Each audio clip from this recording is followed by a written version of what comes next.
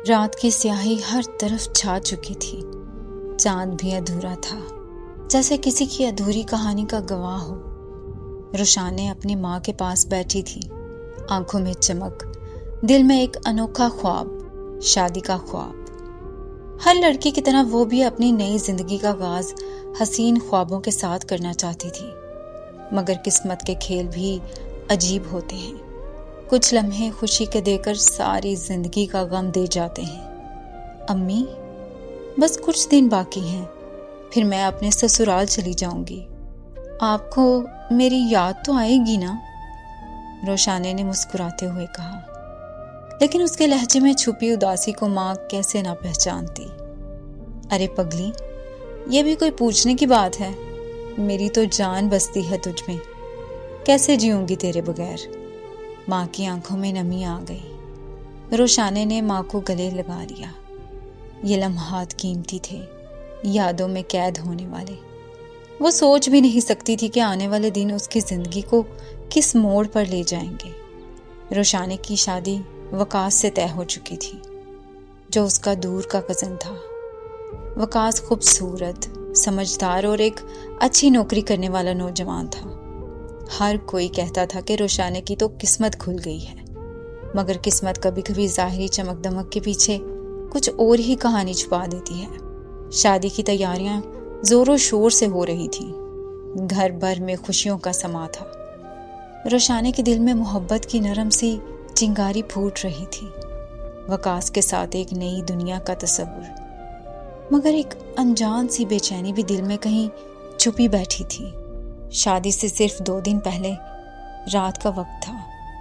روشانے اپنی دوست سے فون پر بات کر رہی تھی جب اچانک دروازے پر تیز دستک ہوئی۔ ماں نے دروازہ کھولا تو سامنے وقاص کا چھوٹا بھائی کاشف کھڑا تھا، چہرہ اترا ہوا، آنکھیں خوف زدہ۔ خالہ، جلدی چلیں، وقاص بھائی کا ایکسیڈنٹ ہو گیا ہے، حالت بہت خراب ہے۔ یہ سننا تھا کہ روشانے کے ہاتھ سے فون گر گیا۔ دل کی دھڑکن بے قابو ہو گئی۔ ماں نے دیوار کا سہارا لے کر خود کو گرنے سے بچایا۔ روشانے کے قدموں تلے زمین نکل گئی۔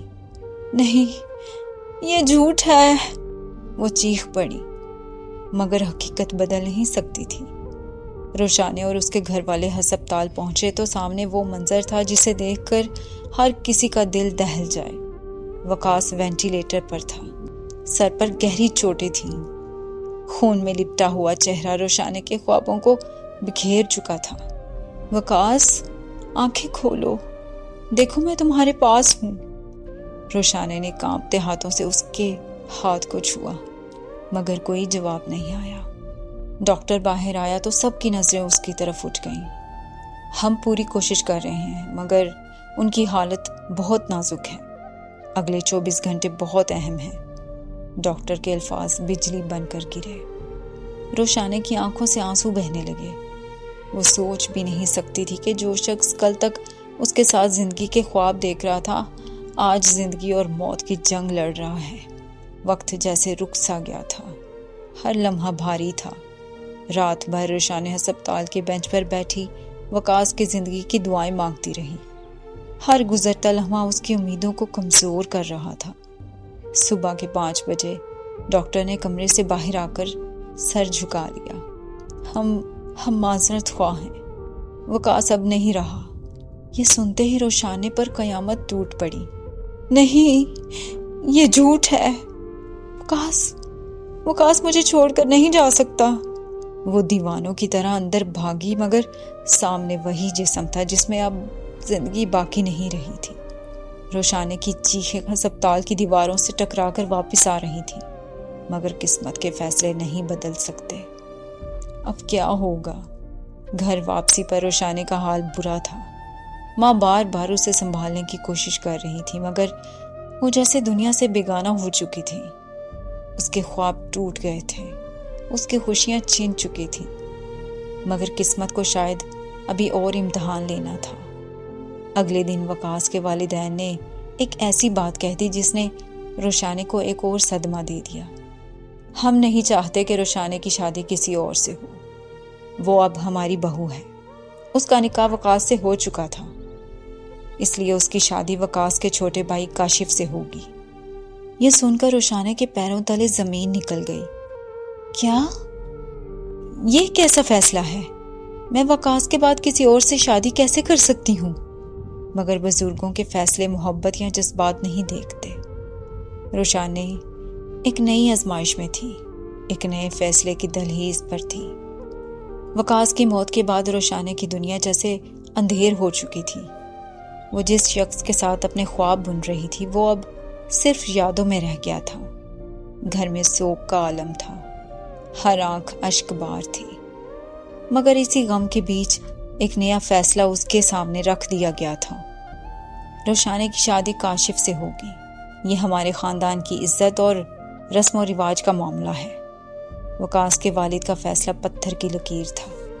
یہ سن کر روشانہ کے جسم میں جیسے جان ہی نہ رہی ہو۔ نہیں، میں یہ شادی نہیں کر سکتی، وہ ہمت کر کے بولی۔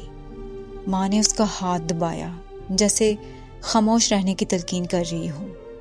بیٹا، کبھی کبھی تقدیر ہمیں ایسے راستوں پر لے جاتی ہے جہاں ہمارے پاس کوئی اور راستہ نہیں ہوتا۔ ماں کی آنکھوں میں آنسو تھے۔ مگر امی، میں وقاص کے بعد کسی اور کی نہیں ہو سکتی، یہ کیسے ممکن ہے؟ روشانہ کی آواز لرز رہی تھی۔ یہ وقت جذبات سے سوچنے کا نہیں، حقیقت کو سمجھنے کا ہے بیٹا۔ اگر تم نے انکار کیا تو خاندان کی عزت پر حرف آئے گا، لوگ باتیں کریں گے۔ ماموں نے بھی اپنا فیصلہ سنا دیا۔ روشانہ نے ایک نظر کاشف پر ڈالی جو سر جھکائے کھڑا تھا۔ وہ بھی جیسے مجبور تھا، جیسے یہ فیصلہ اس پر بھی زبردستی تھوپا جا رہا تھا۔ ایک اور نکاح۔ وقت جیسے روشانہ کے قابو سے نکل رہا تھا۔ وہ چیخنا چاہتی تھی، بھاگ جانا چاہتی تھی، مگر خاندان کی عزت، ماں کی مجبوری اور حالات کی ستم ظریفی نے اسے قید کر رکھا تھا۔ 2 ہفتے بعد ایک سادہ تقریب میں روشانہ اور کاشف کا نکاح کر دیا گیا۔ وہی لڑکی جو وقاص کے نام کی مہندی لگانے جا رہی تھی، آج کسی اور کی دلہن بن چکی تھی۔ قبول ہے؟ قاضی صاحب نے سوال کیا۔ روشانہ کا دل چاہا کہ چیخ کر کہے نہیں، مگر لب سل گئے، آنکھوں میں آنسو تیرنے لگے۔ قبول ہے، اس کے منہ سے مدھم سی آواز نکلی، جیسے کسی نے اس کے خوابوں کا گلا گھونٹ دیا ہو۔ شادی کے بعد روشانہ کا دل جیسے کسی بوجھ تلے دب گیا تھا۔ کاشف اس سے بات کرنے کی کوشش کرتا، مگر وہ خاموش رہتی، جیسے اس کا ہر احساس مر چکا ہو۔ ایک دن کاشف نے ہمت کر کے کہا، روشانہ، میں جانتا ہوں یہ سب تمہارے لیے آسان نہیں، میرے لیے بھی نہیں، مگر شاید قسمت نے ہمیں اسی راستے پر لا کر کھڑا کیا ہے۔ روشانہ نے تلخی سے جواب دیا، قسمت نہیں، زبردستی نے ہمیں اس راستے پر لا کر کھڑا کیا ہے۔ میں تم پر کوئی زبردستی نہیں کرنا چاہتا، میں چاہوں گا کہ تم مجھے وقت دو، ہم دوستوں کی طرح بھی رہ سکتے ہیں، کاشف نے نرمی سے کہا۔ یہ سن کر روشانہ کے دل میں تھوڑی سی امید جاگی، شاید یہ زبردستی کا رشتہ کسی نہ کسی طرح برداشت کیا جا سکتا ہے، مگر قسمت کو ابھی اور امتحان لینا تھا، حقیقت جو روشانہ نہ جانتی تھی۔ کچھ دن گزرے تو روشانہ نے نوٹ کیا کہ کاشف اکثر پریشان رہتا ہے، جیسے کوئی بوجھ اس کے سینے پر ہو۔ ایک رات وہ بے چینی سے کروٹیں بدل رہی تھی کہ اچانک کاشف کا فون بجا۔ کاشف جلدی سے فون لے کر باہر چلا گیا، مگر روشانہ نے دروازے کے پیچھے سے سن لیا، میں نے شادی تو کر لی مگر میں خوش نہیں ہوں، میری زندگی برباد ہو گئی ہے، میں کسی اور سے محبت کرتا ہوں، روشانہ کو قبول نہیں کر سکتا۔ یہ سن کر روشانہ کو لگا جیسے زمین اس کے پیروں تلے سے کھسک گئی ہو۔ کیا کاشف کسی اور کو چاہتا ہے؟ تو پھر اس نے مجھ سے شادی کیوں کی؟ روشانہ کا دماغ سن ہو چکا تھا۔ رات کے اندھیرے میں روشانہ کے دل پر جیسے ایک تیز دھار چاقو چلا ہو۔ کاشف کی وہ باتیں اب بھی اس کے کانوں میں گونج رہی تھی، یہ الفاظ اس کے دل میں زہر کی طرح سرایت کر چکے تھے۔ یہ کیا تھا؟ یہ نکاح، یہ قربانی، سب جھوٹ تھا۔ کاشف نے مجھ سے شادی کیوں کی اگر وہ کسی اور کو چاہتا تھا؟ روشانہ کی آنکھوں سے بے اختیار آنسو بہنے لگے۔ اس نے خود کو مشکل سے سنبھالا اور بیڈ پر جا بیٹھی۔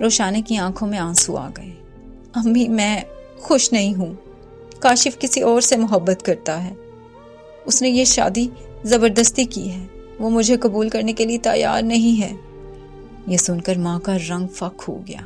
کیا؟ یہ تم کیا کہہ رہی ہو روشانے؟ سچ کہہ رہی ہوں امی، میں کسی ایسے شخص کے ساتھ نہیں رہ سکتی جو دل سے میرا نہیں ہے۔ ماں کی آنکھوں میں دکھ ابھر آیا۔ بیٹا، یہ تمہاری قسمت ہے، ہمیں اسے قبول کرنا ہوگا۔ تم اب اس گھر کی بہو ہو، ایسے کیسے سب ختم کر سکتی ہو؟ کیوں نہیں کر سکتی؟ کیا میں انسان نہیں؟ کیا میری خوشیوں کی کوئی قیمت نہیں؟ میں ساری زندگی اس جھوٹے رشتے کے ساتھ کیسے جی سکتی ہوں؟ روشانی کی آواز لرز رہی تھی۔ بیٹا، طلاق کوئی معمولی بات نہیں ہے، معاشرہ ہمیں جینے نہیں دے گا، لوگ سوال کریں گے، الزام دیں گے۔ ماں کے الفاظ تیر کی طرح چلے۔ روشانے نے تلخی سے کہا، معاشرہ تو تب بھی الزام دے رہا تھا جب میرے بغیر مرضی کے میری شادی کر دی گئی۔ امی، میں اب اپنی زندگی دوسروں کے فیصلوں پر نہیں گزار سکتی۔ روشانے نے وہ فیصلہ کر لیا جو شاید ہر لڑکی نہیں کر پاتی۔ اس نے اپنی خوشیوں کے لیے، اپنی عزت نفس کے لیے اس زبردستی کے رشتے سے نکلنے کا فیصلہ کر لیا۔ کاشف نے جب یہ سنا تو وہ حیران رہ گیا۔ تم طلاق لینا چاہتی ہو؟ ہاں، تم پہلے ہی دل سے کسی اور کے ہو اور میں تمہیں زبردستی اپنا نہیں بنا سکتی۔